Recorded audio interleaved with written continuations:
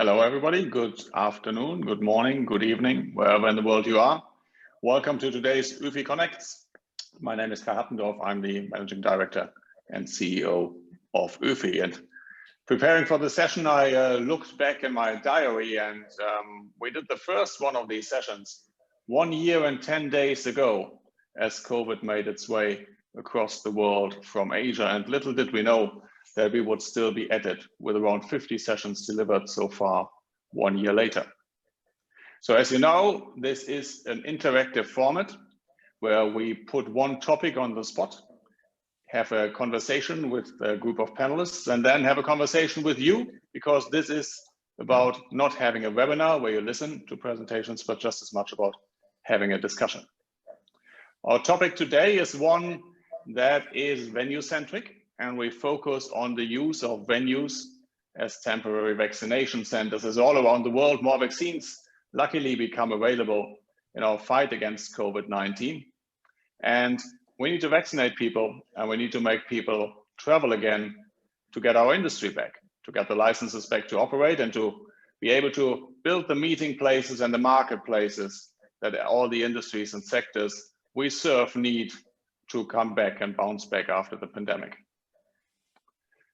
We have an esteemed group of panelists today, and it's my pleasure to introduce once again to the UFI Connect stage, Glenn Schoen. Glenn, you've been one of the hardest working people over the last couple of months, reaching out to experts across our collaboration between UFI, AIPC and ICCA to provide these good practices, to provide practice sharing of how we reopen exhibition centers, how we run exhibitions to and despite COVID in a safe way.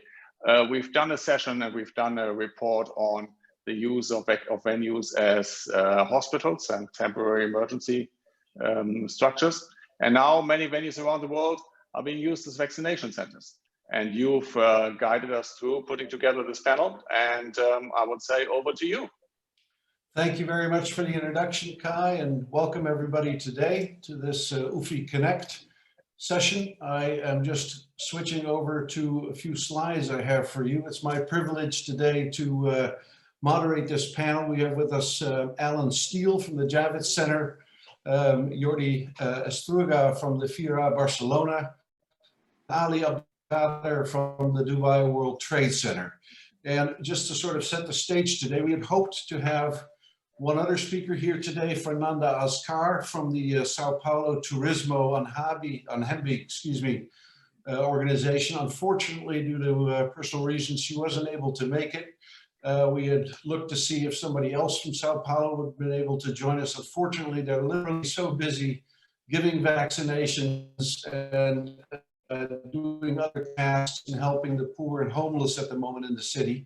Unfortunately, we're going to have to miss her today, but hopefully she'll be able to contribute in the future. As we're looking at what we are aiming to do today is to have an interactive session, as Kai just outlined, focused on the new guide that we just put out, temporary vaccination centers. And when we look at the bigger need, I mean, what's the purpose for this thing? What we're seeing is literally dozens of facilities around the world being utilized now as a vaccination center, sometimes the entirety of it, sometimes just a part of it. But clearly, it's a role that a lot of us are fulfilling, helping our local communities, winning a lot of goodwill. We're working in the communities we often serve only partially with all of the exhibitions we put on. But certainly it's, I think, seen as something that strengthens the connectivity of a lot of the facilities I've talked to and how they make guide.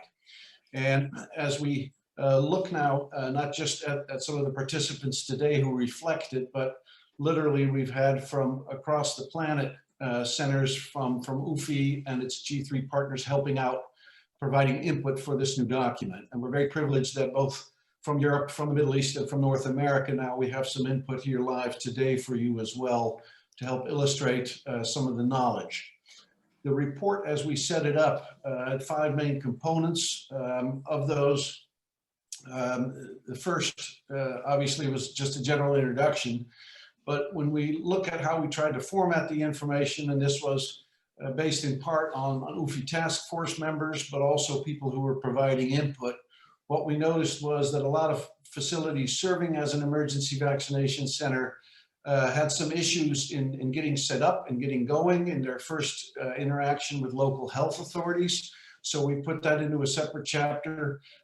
Considerations on planning, the layout for these kind of facilities. Again, it's different than for hospitals or emergency test centers. For a lot of exhibition centers, of course, this was really the first time where they're doing this kind of interactivity with health authorities. Then we noticed there was a fair number of issues around staffing.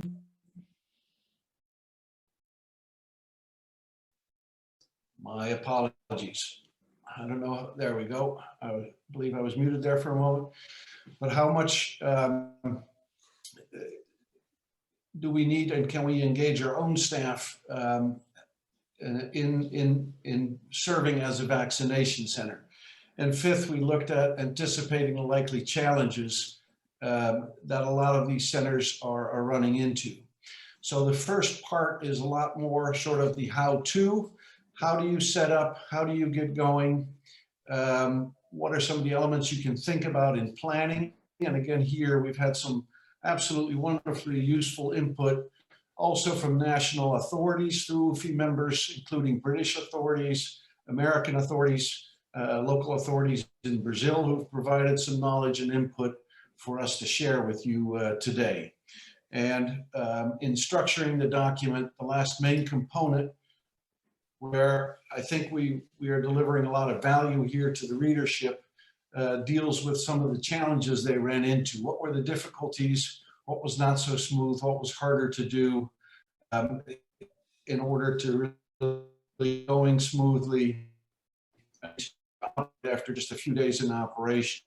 We've noticed a lot of vaccination centers have challenges around the fact that sometimes they're full on doing a lot of work and a lot of vaccinations up to 6-7 a day.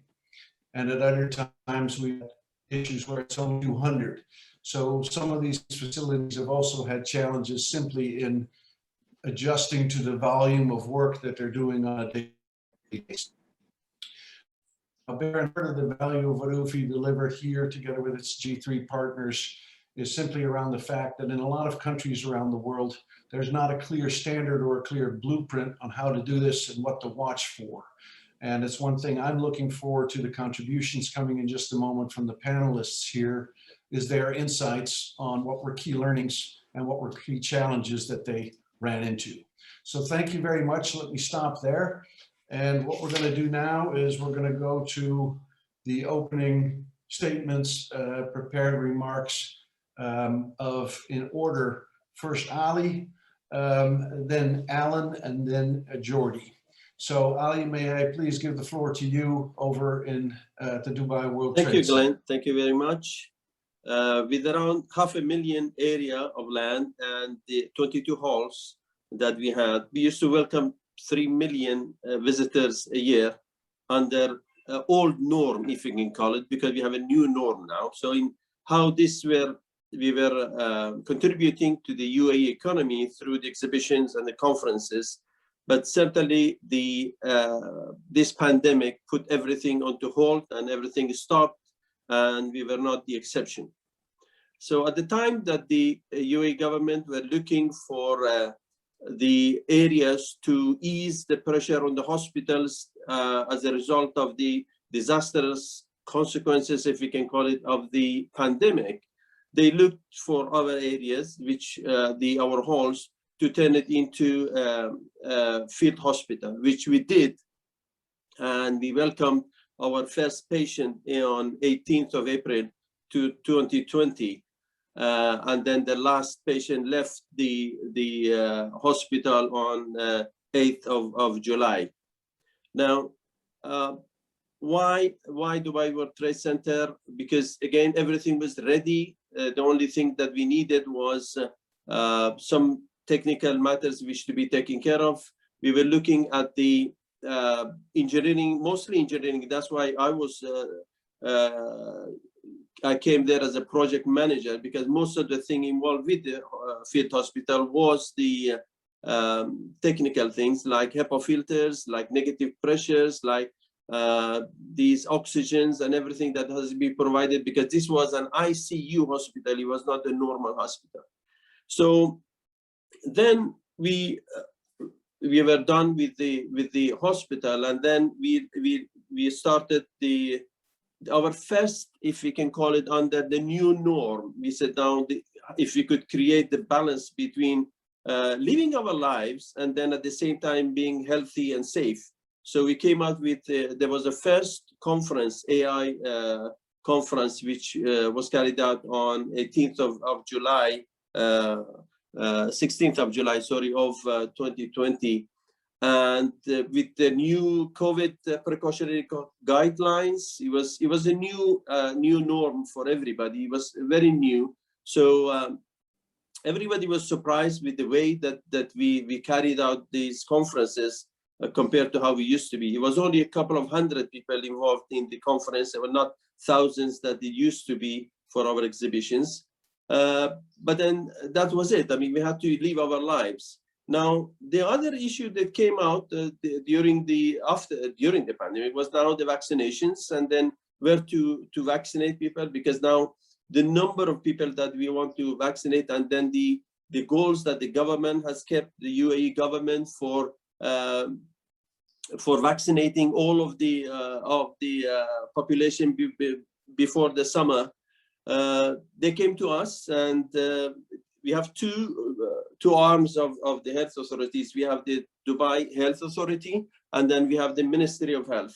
So on 17th of July, the 17th of January this year, the Dubai Health Authority started their vaccination centers in our nearby buildings, one central, with a capacity of 4,000 vaccinations per day.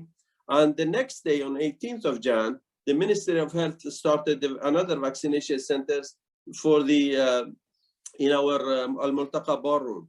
Now, considering the fact that the Ministry of Health provides the Sinopharm, and then the Department of Health or Dubai Health Authority provides Pfizer, and there is a different people, they want to choose between the two. So there was that choice, that option was there. So we had to provide, as we discussed before, we had to provide the directions. We have to just notify people where you are. Are you sure? Are you here now for a Sinopharm, or you are here for Pfizer?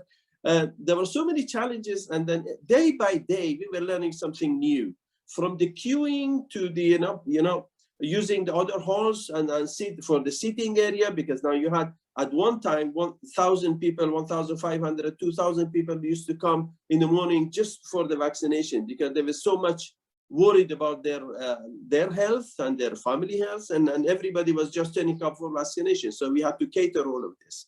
Now, so we were learning day by day all about what we have to do and how we have to adjust, and we were making the changes every day. And this is really today, if you look back at what we did on 18th or 17th of Jan, we look back, wait a minute now, how we could do this? We should have done it better, and that's what we are doing today. But this is how we learn, and that's what we wanted to share the same through what we discussed before, share all of our experiences with all around the world, so that they can at least start from where we ended. Thank you very much, Ali. Greatly appreciate it. Alan, can we move on to you, please? And I believe you have some slides prepared for everybody. Sure, I will throw my screen up now, and we can start. I think I'm a little ahead of myself here.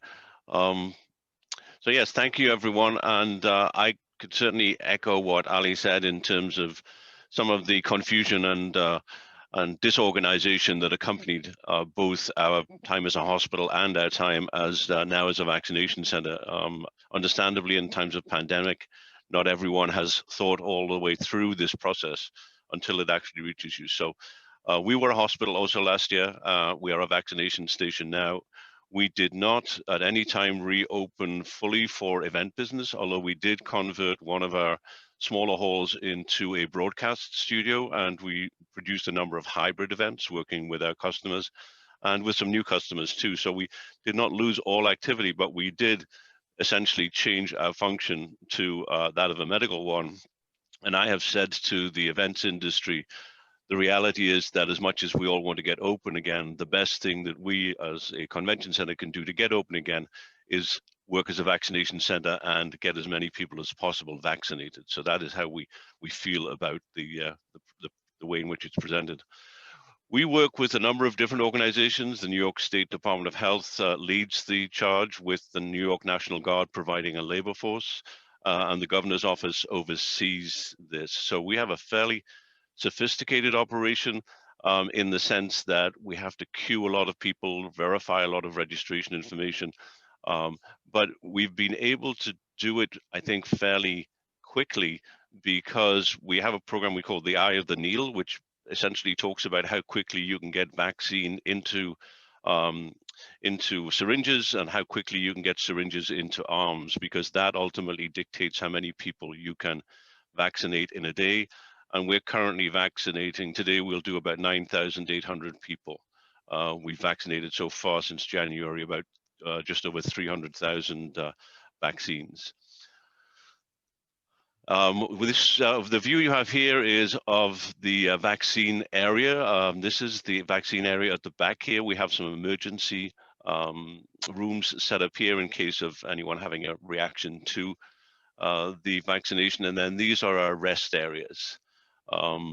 We have 2 different halls dedicated to this practice, and in total we have 116 vaccination stations.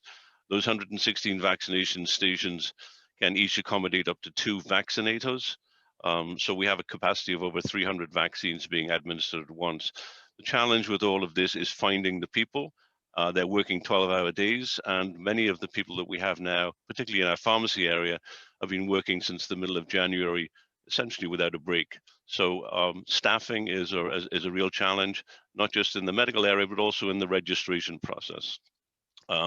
We measured how long it takes, how far it is to walk from the beginning to end, and the entire process is 1.5 miles, which is fine if you're young and healthy, but if you're older or have any kind of disability, that's a real issue. So we quickly introduced a program of wheelchairs, which basically meet you at the front door and will guide you through the entire process, rather like you do in an airline.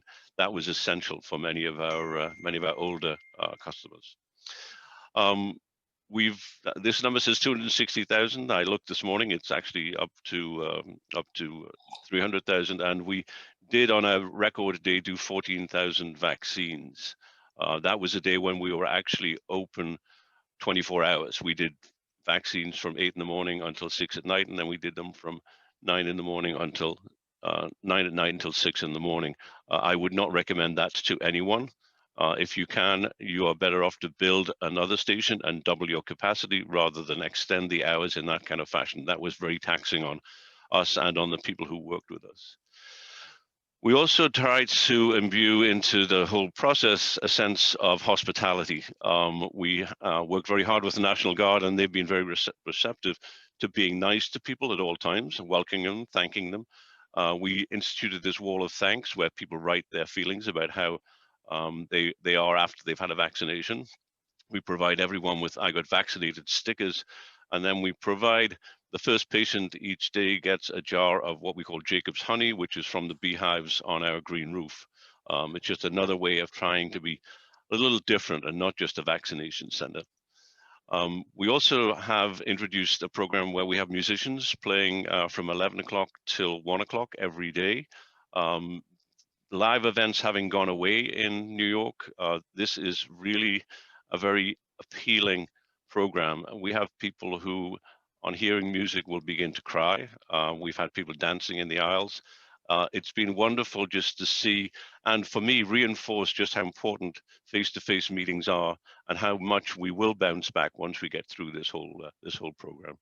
So, convention centers are a really big part of business economics, but we're a really big part of communities, and we have been working very hard to be part of that community and to be trusted by our community.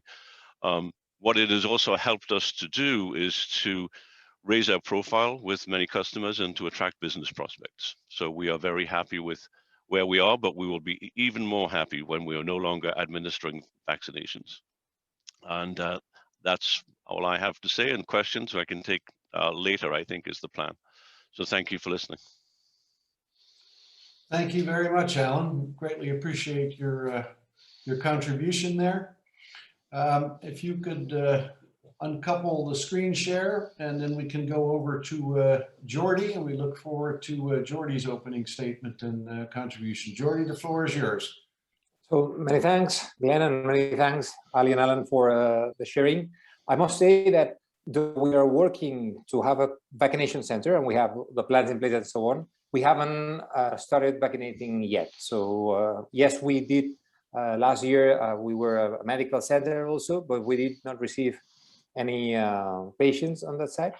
And we've been working, let's say, with the administration in order to have that vaccination center in one of our venues in order to support the governmental vaccination plan. Worst thing mentioning is that we are, as many of us, there's a lot of uncertainty in the future. So our efforts have been to build a vaccination center as flexible as possible. It's been a lot of good work in order to get, and I'm very thankful for all the feedback from other venues, from the guidelines and so on. They've served to be very helpful for us. And we've planned to put into the vaccination center all our, let's say, operational and logistic knowledge that we all have as a venue owners, not the medical side that we're just learning. And things that we're doing, for example, is to be flexible so that we can cope with different kind of vaccines, either AstraZeneca, Moderna, Pfizer, whatever it is there. Things that we are putting in place is, for example, try to devote when we're doing the vaccination blocks or vaccination points, let's say, to be the majority of them, about 90% right-handed, so that the vaccinators are just having a table over there and that they can vaccinate into their right-hand side on 90% of the position, because we know that on average, 88% of the global population is right-handed. Same thing when they are asking, they tend to vaccinate into the left hand of people, because by the same reason, they tend to vaccinate on the non-predominant hand. So the best position for vaccinating is, you have a table on your front, you vaccinate to your right, and in your right, you have someone who's sitting with his left arm just facing you. Yeah, so that's the fastest way to vaccinate. So these are the kind of things that we're doing. Or for example, on the modules that we're doing, it's curious because we need to put into account, let's say, different interests. From the sanitary point of view, they say, no, this needs to be as much enclosed as possible, because people somehow are taking clothes off and they don't want to, they want to be somehow with some level of intimacy. Okay, we do that, but then we've left, let's say, a space on the backside where the, let's say, when you are deploying the vaccines that you need to put in place every 2 hours or 3 hours, that you can do that very easily from the outside. So there's a space like a posting area, so like an open space, so that you can provide those vaccines inside without the need of entering inside the vaccination point to deliver that replacement of vaccines. So this, let's say, it's fastening somehow that speed. Also, for example, what we've learned is that the vaccines are, they are perishable. They are about 6 hours maximum time before they need to be discarded. So it's important that in all of the vaccination points, people are providing more or less the same level of vaccines per hour. Because if not, if you are providing more vaccines in one side and less in the other, you can get some vaccinates that are being, let's say, non-used, or that they run those 6 hours of time. So it's important that you distribute the flows the most evenly between the different vaccination spots. And what we know by experience is that people tend to go to the fastest and nearest point to get vaccinated. So if you have 10 points to vaccination, people would typically go to the easiest one to arrive if it's an open flow. What we're doing is try to make, let's say, tensor barriers on top of that, so that you could distribute them in a way that it's similar to, you enter into one spot, then you open it 2 spots, then you go into 3 spots, so that the end flow distribution throughout the whole space, it's more or less even. So what I'm saying that our point here is that we're trying to develop as many logistical aspects and operational aspects and mass people gathering flow aspects that we know by experience. And let's say we step up more in the medical side, no, and the sanitary side. So what we say is we provide in this vaccination center that it's capable of having 100 spots of vaccination, I mean 100 staff medical, that we calculate that can achieve about 12,000 vaccines per day. And we provide the logistics, the knowledge, the theory, let's say, in terms of flow, of bottlenecks, of how you need to make sure that the demand is stable, these kind of things. And then we let, let's say, the health administration to provide the staffing, the vaccines, and so on. So I'm willing to start that in end of April, beginning of May. As soon as we run, for sure, we'll get a lot of things to improve. There's a lot of learning that we can take from our colleagues in terms of waiting and so on. I really loved, Alan, the music side and the welcome and thanks board. That's incredible. So it's very good. And as soon as we get more information about how it's running, we'll share that. But yes, I just wanted to share with you those design principles that we are following, that we helpfully will improve the speed of vaccination. Jordi, thank you very much. It's very insightful. I remember talking to your colleague, Carlos Moreno, about some of the early thinking you were doing and how good you were making use of the time to prepare at an early stage for these things.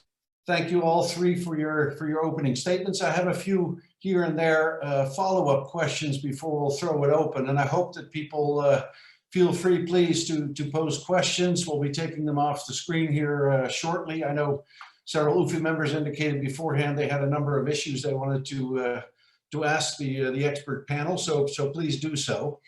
I had a couple of loose things here and there. Ali, I recall when I spoke to you, Jordi mentioned a couple of the sort of detailed tricks that you have to think about in terms of the planning, and one of these smart things about how do you position the desks and left arm or right arm, and where are these things going to take place.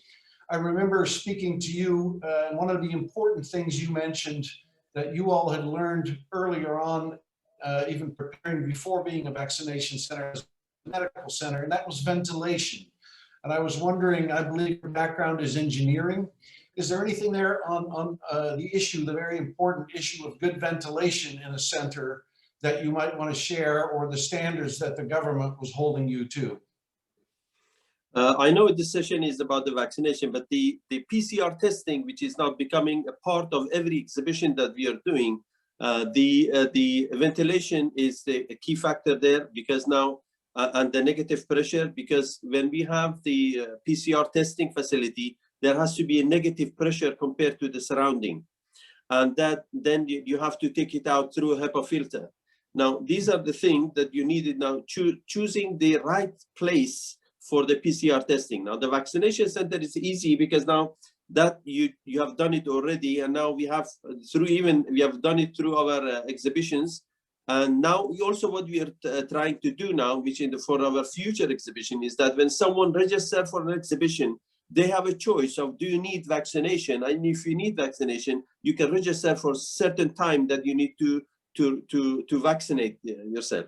Now, these are the things. But as far as the negative pressure and is concerned, you don't need that for the vaccination center, because now you consider those who are coming, they are not COVID-19 positive. But for the testing, you need the facility, and now PCR testing is becoming a part of any exhibition for us now. Okay, Ali, thank you. And I know that you have the distinction, sort of a world record among UFI members, because I believe the World Trade Center in Dubai is used for 4 different things at the same time, if I'm not mistaken. You're still doing exhibitions, you have a medical center, you have testing, and you have vaccination now, which is rather outstanding. Alan, I wanted to ask you, one of the things that struck me when I was talking to you and we were preparing the guidance and you were giving us some of your input, I recall that you mentioned also this idea of giving people a sticker with "I've been vaccinated" as they went out the door. And we heard you talk about the wall and the music quartet, the musical instrument players. I was wondering, did you sort of have a deliberative session on, how can we, in a positive way, as we're doing our function here as a vaccination center and helping the community, did you sort of have a conscious meeting with your staff about how can we get word out about the contribution of Javits? I don't want to be calling it so crass as to say you're marketing, but indirectly, of course, this is very positive for what you're doing. I don't mind being crass and calling it marketing. We saw this as an opportunity to take our brand and leverage it to show that we could be valuable to the community and to the industry by doing this. And so, yes, we did have a fairly early conversation about the things we might do to make sure that people were aware of what we were doing. And this, I think if you can, I don't know whether you can see this here, but this is one of our stickers, and it says, I got my vaccine at the Javits Center. We've handed out over 250,000 of these so far. People are wearing them, and it's a point of discussion on social media now about where is the best place in New York to get your vaccine. And we seem to have that title now, and we intend to keep it because, absolutely, we are doing this as a public service, but I think there's nothing wrong with making sure that that public service also provides some benefit to us, at least in terms of reputation. Absolutely. Are there any other things that you haven't mentioned yet that you might want to share? I think the main thing that we've tried to do is get everyone through very quickly, so we don't have long lines. We did have one day where, because of a shortage of vaccine, we ran into a problem when we had people waiting online for scheduled appointments for several hours. But most of the time we get everyone through here in about 45 minutes. That's from the time of arrival to the end of your observation time. That has been very helpful. Again, it's encouraging people to come because now they know they can get it quickly. They aren't going to be wasting a day by standing around in lines. So I think that's been another big focus for us, is speed of delivery of the vaccine. Okay. Jordi, when we're talking about speed, and I know you at the Fira Barcelona are very good in pre-planning and thinking ahead on how streams of people come in and out of your facility. You're located there on the coast, just on the north side sort of Barcelona. I was curious, have you engaged in your preparations with local authorities to talk about people coming from your metro or your subway system, or using something other than the car and parking there? Have you had much engagement in your preparations with local authorities, and have you learned anything special there? Yeah, absolutely. So the project started looking into the overall population in Catalonia. Barcelona and our area of influence is about, let's say, 50% of the population of Catalonia. So we already were given the numbers that we need to more or less be as a supportive vaccination center to cope with the city and their surroundings. And that's about 2.5 million people. In 2 doses of vaccines, it's about 5 million people in 6-7 months. So we were aiming about, I don't know, let's say 800,000 potential vaccinated per month. So yes, we have 2 centers, let's say Montjuic, the older one in the middle of the city center, Gran Via, where Mobile World Congress is hosted. It's about 2.5 kilometers. And we have that different, and it's lucky because we are capable of doing activity on one venue while we are going to be vaccinating in another. We've already chosen the hall, what we are using. We're not using the full venue, only a hall that has segregate access and separate access, so that we foresee that if for whatever reason we need to keep longer, that, I don't know, until December, January next year, vaccinating, we have done a plan so that we can share this vaccination with any other activity in other halls, because we can make the people flow or different and so on. And regarding your question about the kind of flow, we were requested to provide options between pedestrian vaccination and vehicle vaccination. And what we've seen is that we are very well connected with the local, let's say, metro and taxis and so on. And we're promoting the walking vaccination, because from our point of view, the bottleneck are the staffing, vaccines and vaccinators. So the walking line, let's say, is like, I'm just checking and I can reach the 3 minutes that we have as a target. While in a car vaccination, we foresee that the use of space and the time it's different. So we are losing, let's say, rate, and we're losing throughput. So that why we just said, okay, you can come with car, but you better park and then walk until our premises. So yes, we took that into account. Okay, thank you, Jordi. Quick question, Ali. I recall talking to your colleague Setu Menon in Abu Dhabi, that one of the interesting sort of strategic objectives you had is to portray your standard level, high level of hospitality, even as you're serving as a vaccination center. And I think we included one of the pictures in the guide, or one of our current recent UFI publications, showing sort of, you have the most 5-star looking vaccination center there with big carpet and leather chairs. It all looks very, very comfortable. Could you tell the viewers something about your thinking there in terms of, okay, people are just going to come in for a fast process vaccination, but you're still trying to treat them actually as guests? Was this by design? This is the standard that Dubai has and UAE has in general. And when people they come, they have something in mind of that value, that when they come, it doesn't take them that much time. So the throughput, as you know, when you come in, the waiting time and the questioning time, because one of the critical thing about the vaccination is that you want to screen and you want to make sure that the person who is being vaccinated doesn't have any allergies and everything, although they write something or they sign and they read, but so many people, they don't read that much. So you want me to make sure that they don't have, and some of them, they have some allergies and they don't know. So you want to make sure that when they come in, they are, hosted properly. They can, if there is a lot of time, for example, if it takes 30 to or 10 to 20 minutes or 30 minutes of waiting time, you need a place that they can sit and they can mingle, they can go through their emails, so they can sit down comfortably rather than standing in a queue. And then once they come in, then you have all sorts of refreshments available for them. Okay, some water and coffee and everything. And then the view itself, if I show you, if I show you the photo of the vaccination center, which I sent it to you, I don't know whether you can show here the participants. You look at it, is more like a 5-star hotel than a vaccination center. Yes, it is. Yes. Thank you. Thank you. We're getting some questions in, and for all you, I don't know if you've seen her on screen here or not, but Caitlin Reed is the person here at UFI who's actually behind the scenes tying it all together for Kai and the rest of the team here. We're starting to get some questions in from the audience as well, and one of these I think is directly or indirectly directed at you, Alan, and that's the question around privacy and how do you design the workings of your vaccination center. It's clear, that you're producing very large numbers there. You're definitely hitting targets. I remember you were celebrating, I think it was your 100,000th vaccination very early. When we talk about things like privacy, did you consider that in the design, and did that meet sort of what the requirements were from local authorities? We did consider it, but we didn't give it a great deal of importance. In New York, at least, it has not been a big concern of the people who are attending.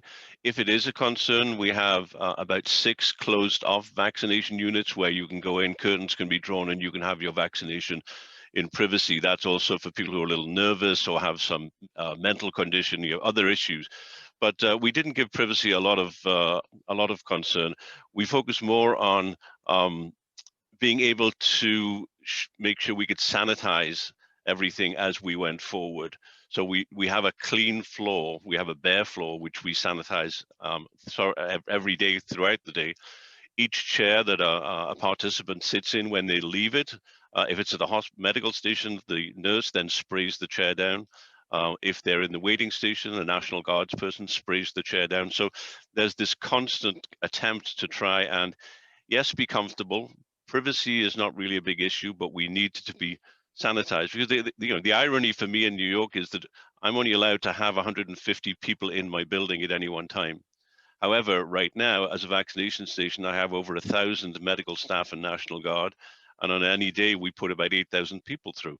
So with those numbers, we're exceeding the allowed standards, but we're doing it for vaccination purposes, therefore it doesn't count as an event, which is a little confusing for many people. Why can you have this many people in for vaccination if you can't have a meeting or a conference? And just for testimony to everybody here, I believe you've also been doing it without any issue whatsoever on the health front, right? I mean, you're exceeding all the standards set. Yeah, fingers crossed. We have not had any infections generated here, and we do have very strict mask policies. We have face mask policies. We have testing policies. 10% of the staff who are working here are tested every day. So we have pretty rigorous attempts to try and maintain ourselves as a non-COVID infection area. Okay, thank you. Yeah, that was a question directed at you from Justin Alexander.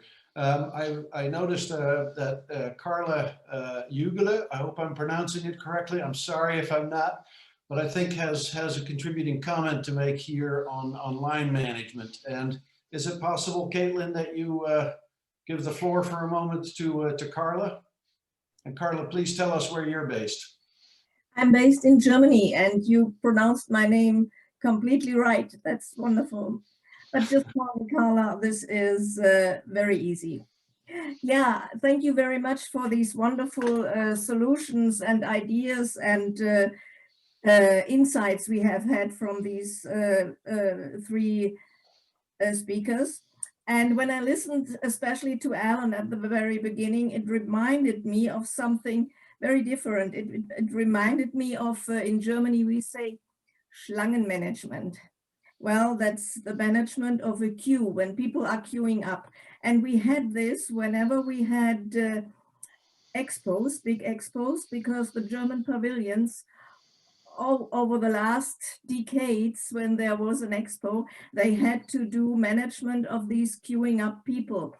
And they also said we learned every day something more. And I think there is a lot similar. Of course, I know vaccination is much more challenging and has to take much more things into consideration, but I think we can learn from each other. You can learn maybe from the Schlangenmanagement of the expos from the German Durchführungsgesellschaften, and I think they can learn a lot of what you are doing right now.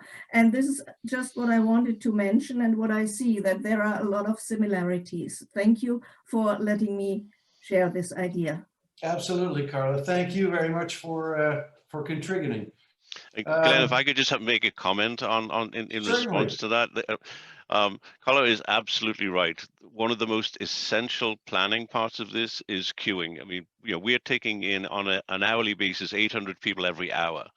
People like to arrive early for their vaccination. If 800 people arrive an hour early, we then have 1,600 people potentially coming in the building in 1 hour. So we set up this 1.5 mile queue because that can accommodate 1,500 people at 6 foot distances. All of the floors are marked 6 feet. If there are less than 1,500 people, you don't have to walk the whole 1.5 miles.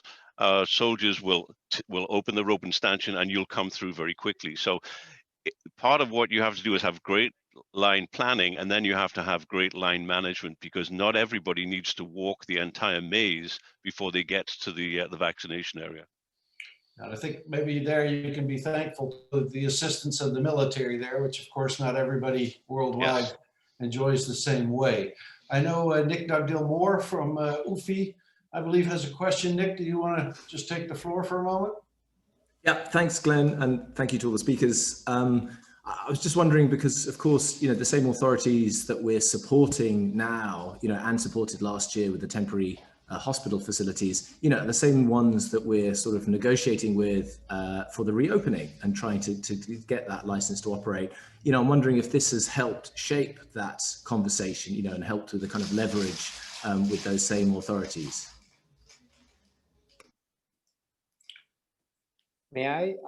We are, for example, apart from doing vaccination, we are planning to reopen with IC, Integrated Systems Europe, at the beginning of June in Barcelona, and Mobile World Congress in end of June, and yes, in Barcelona too.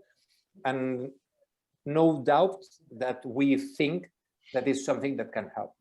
It's nothing written, it's nothing clear, but whenever we're also approaching the administration and try to see how we can manage and do the events, well, being seen as part of helping the situation and being at their service to install in our facilities a vaccination center, it's something that it's easing the conversations. The conversations are already fluid, but this helps. It's something written that it's clear and it's something that could be put in a contract. No, but at least we think that is something that well, we did not for that, but it can help in that negotiation. And I think just to echo what Jordi says, the goodwill that's been created by the work that we've done, both as a hospital and most particularly as a vaccination center, certainly at a political level has become very important. It's allowed us to have conversations at the most senior levels with people who come to visit the center from senior political levels. And it's allowed us to talk about a gradual reopening where we can continue to be a vaccination center, but also begin to hold events too. So I would say, yes, the goodwill created has been very valuable in negotiations. I can add, may I add to that also the same thing? I mean, when the authorities trusted us for the field hospital and they saw us how we can manage the field hospital with all the criticalities, then the vaccination center is on one lower level, at the lower level. So that's why that trust between us help us that they could come to us and they said, now we trusted you for the hospital. Now this is much less critical. So they came to us and they said, we think that we can manage it. And that trust between us has helped us a lot. Ali, thank you. I'm curious, and maybe either Alan or Jordi, looking at it from a management perspective, you're trying to run a quality operation and maintain that. And Alan, you've been doing that in reality, just as Ali has now for some time. And I was just curious, what are you using yourself for an auditing mechanism? I'm assuming the authorities are doing a form of auditing on your activities to make sure that you, as the host facility, so to speak, are keeping things up to standard. Do you have sort of an own auditing program you set up for the vaccination operation, or is it just the supervisors on a daily basis checking that everything's all right? So just before I answer that question, I see Justin keeps tapping his screen in the hope of asking a question. So once I've finished, maybe we get to him next. Let's do that. What we did, we decided to treat this as just another event. And of course, we have a fully audited process for event revenue generation and services we provide. So we created an event code. All of the expenses that we incur are billed to that event code. And there's a fully audited paper trail should anyone ever want to question what we're spending. And that treating it as an event also helped us in terms of our thought process. We didn't think of it as a medical process. We thought of it as an event which happened to have medical processes in it. And that was helpful, I think, in terms of how we delivered the services. It's interesting you mentioned that. A number of people sort of stress the fact you need to bring the customer journey concept to the authorities, and that helps definitely. Yeah, Justin, I think if you have the luxury of getting, if you have the luxury to bring in an event planner, many of our event planners are very good at this kind of thing, even though they've never done a medical service before. They can be very useful in terms of working with organizations like the Department of Health or the National Guard, because they don't always have the expertise in event planning that others have. Yeah, we had a good number of contributors from Italy to Brazil to Germany stress the point, and I think we tried to underline that. Justin, it's your turn. I'm sorry that we were. Thank you, Glenn. Yeah, just I'm Justin. We're from Schoen, from South Africa. We're way behind the rest of the world. I think we've only had 200,000 vaccines, and now there's interest in vaccination centers. So this is just right up our alleyway, and UFI, thanks for providing this platform. So Alan, I've got a question. So what is the experience? So you go through the queue and then you register, or can you tell us exactly, what actually the walkthrough process is and the different touch points in the process? And, where can one get plans just to see what else has been done? I mean, your place is very open, and I was quite surprised by that because I've seen a lot of closed design. But what is your walkthrough? What actually happens where in your process? Alan, can you do that first, and then Ali do the same, and then we can get both perspectives. Okay, great. Yeah, great. So our process requires you to register online to get a vaccination. So you get a registration which has an appointment, a day and a time. You arrive at the front door. There's a person there that checks to make sure you have the right day and you're within 1 hour of your appointment.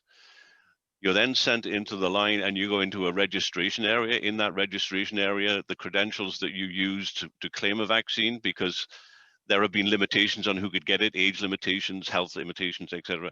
The credentials are checked to make sure that you are the person you say you are and that you're eligible for a vaccine. At that point, you get up, you leave that station, and you go into the queue for pre-vaccination. Once you reach the front of that queue, you are then sent to a vaccination table. Your vaccine is delivered. You are then sent on a short walk to a waiting area where you wait for, you're given a bottle of water, you wait for 15 minutes or 30 minutes, depending upon your condition, and then you leave the building. We just arranged it so you had one way in and one way out, so people couldn't get lost or head off in the wrong direction. The biggest challenge we had was finding a way to use the queuing system to allow people to leave and go to the bathroom and then come back. We had not really thought of that in our queuing plan, and if we were to do it again, I think that would be something that we would want to take account of. Where are the restrooms? And as far as the floor plan is concerned, I will certainly be happy to share that. I'll give it to Caitlin and she can pass it on to all of you. Justin, before Ali gives you an answer to this one, I just want to stress with bathrooms, I got a very important tip from the United States, and that's to consider them, particularly if you're doing vehicle lines. If they're snaking through the neighborhood, you don't want people getting out and sort of using the bushes because they've been waiting in a vehicle for over an hour and they can't hold it anymore. So that was an important tip to think about porta potties. Ali, could you please help Justin as well with some insights on that process? Yeah, depending on where you are, if you are going for the Department of Health Authority, which they are going by appointment, the filtration starts from the time that the person gets there. They make sure that they have the right time that they are in, and then they go and they wait, and then they go for the registration. Then they take, after that is completed, they go up for the vaccination. And after the vaccination, there is a 10 minutes waiting area, just for people if they have any allergies or anything, any sort of reaction, then can be caught up. And because there is a doctor there and there is a room, a special room that they can deal with that for any emergencies that may be there. As far as the Ministry of Health is concerned, which is the walk-in facility, the people, they come in and then they are just given, they make sure, first of all, we make sure that they want Sinopharm, so they are in the right place. And then they will be given a paper just to give their details and sign on it. Then they go into the hall, which we have around 1,000 seats there, so that they can sit there in the queue rather than just standing there. Once that, then group by group, they will come into the hall and then they will be vaccinated. For the Ministry of Health, there is not a waiting area for Sinopharm. If they maybe just 1 or 2 minutes, that's it, and then they can go. But the key is that they said the toilets in the halls where we have the waiting area, we have the ladies and the gents toilets available at different parts of the hall. So that's easy for us because again, these are available in the waiting area and also in the vaccination areas. So for us, we have started in a way that they can go through if we call it the lines, and then everything is available, refreshments, toilets, anything that they want. But normally it does not take, it takes only between half an hour, not more than half an hour for them to be there. But if yes, there are, and then one important thing that we didn't touch, and that's the people of determination and people above 60s, they don't go into lines, they go directly for vaccination. This is very important because now we always, even if they are in the queues, we take them out, okay, and then we will take them to vaccination. So no people of determination and no people above 60, anyone above 60 is waiting in the line. Thank you, Ali. Okay, we have one more question. I think this will probably have to be to wrap up the last question for today. It comes from Ian Sterling. Ian, I hope you're pronouncing your name properly. And let me give you the floor. I mean, you can just pose the question if you would, please, and identify who you're directing it at. Thank you. Yeah, sure. Well, it's for Alan and for Ali, and it's. I mean, has the process of actually the offering the vaccination and how well it's that you've actually run this vaccination shown the authorities in terms of how well events can be run and how safe they can be? I mean, do you think that might lead to events coming back quicker, or more events being run quicker, or coming back quicker, should I say? Yes, I do. I think we have used it extensively in our discussions with the state. We've used video of a walkthrough from beginning to end, and we've done some presentations on the numbers of people we have in the building at any one time, along with the non-COVID tests that we've had. So yes, it's been very useful for us to do that, and we will continue to use it as a lever with our political masters as much as we can. Because we're in New York and because we had such a hard time in the beginning of this in March and April, there's a degree of caution about reopening quickly. I think we'll be reopening probably with about a third capacity in our new expansion, which is due to open in May. We'll probably be up to about 70% capacity by the time we get to September. And that's what I'm hoping to do, is to keep the vaccination center where it is and use the new space, the expansion space, for event activity at about a 70% capacity. Thank you. Ali? We in Dubai, we have blocked the area for the vaccination, even for all our future exhibitions. So the Al Multaqa Hall, which we are using now for the vaccination for the Ministry of Health, that has been blocked for them until further notice. There is no date yet when they will end vaccination here. But it's a matter of learning every day. Every day we are learning something new. We have the COVID precautionary guidelines, which we are implementing at after every event. We are updating it. So as I said, now sharing all of this information is one thing, but then you exercising and practicing yourself in your venue and looking it and reviewing it on day by day, I think that's the key for the improvement. I think those are words of wisdom to conclude with, Ali. May I thank Jordi, may I thank Ali, and may I thank Alan for your very active sharing of all your knowledge and experience. It's, I think, greatly appreciated by everybody. Thank you. For the closing here, thank you from my perspective, and I'd like to hand it over to Kai to close it up today on time. Thank you so much for your time and Thank attention. you, Glenn. Thank you very much. Thank you, Glenn. Kai? Thank you, Glenn, and likewise from me. Thank you very much to all the panelists. It was fascinating to listen, and like you, Alan, I really look forward to being in an exhibition venue to attend an exhibition. Yeah. But a huge thank you on behalf of the industry to everyone involved in this huge effort to run vaccination centers. Ali, you're right, the future is uncertain, and we are learning so much from this collaboration in our industry around the world. That's a true testament to collaboration and to the role we can play, bringing everyone together safely again afterwards. In closing, Pascal, I have the usual housekeeping statements. Thank you for sharing the slides, and on this occasion, as always, a huge thank you to the UFI team in the background that makes sure that all these sessions run so smoothly. Karen, Caitlin, Pascal, and everyone else involved on the UFI side. If you have additional questions, please email them to us at media@ufi.org. We'll be happy to follow up. Again, you can access the whole report we've been discussing today on the UFI website. The link was in the chat. You can go to ufi.org/coronavirus or ufi.org/research, and you find it there. Questions, comments, there will be, of course, a follow-up if you wish on social media. The session will be available on demand going forward on ufi.org/UFI-Connects. Here's the shout out to the next UFI Connects Live, which is 2 weeks from now.